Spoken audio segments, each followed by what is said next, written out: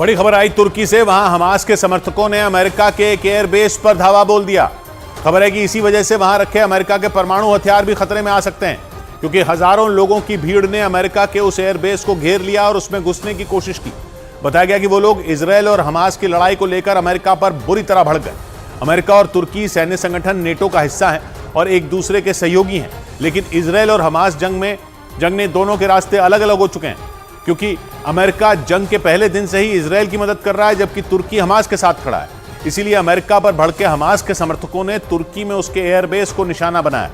हालांकि इस प्रदर्शन को लेकर अमेरिका की सेना पहले ही अलर्ट थी।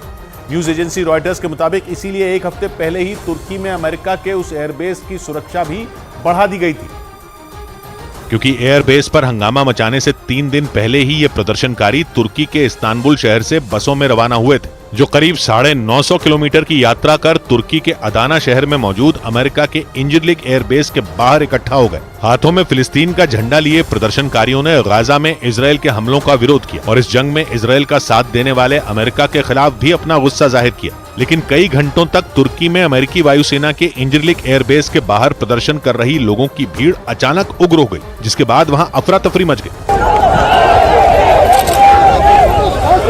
गुस्साए प्रदर्शनकारियों ने सुरक्षा के लिए लगाए गए बैरिकेड भी तोड़ डाले और तेजी से आगे बढ़ते हुए अमेरिकी एयरबेस को घेरने लगे, जिसके बाद वहां तैनात सुरक्षा कर्मियों ने भी मोर्चा संभाल लिया।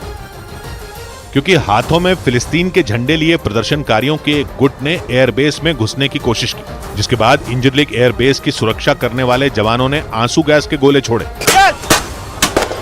ताकि प्रदर्शनकारियों को तितर बितर किया जा सके। लेकिन इससे प्रदर्शनकारियों का गुस्सा और ज्यादा भड़क गया और उन्होंने पत्थरबाजी शुरू कर दी, जिसके बाद उन्हें काबू में करने के लिए सुरक्षा कर्मियों ने पानी की बौछार कर दी। लेकिन प्रदर्शनकारी फिर भी नहीं माने और वहां काफी देर तक हंगामा चलता रहा। खबर है कि इस झड़प में कई प्रदर्शनकारी बुरी तरह घायल हो गए और गाजा पर इजरायल के हमले के विरोध में तुर्की में कई प्रदर्शन हो चुके हैं। लेकिन हमास के समर्थकों ने एयरबेस पर धावा बोलकर अमेरिका की चिंता बढ़ा दी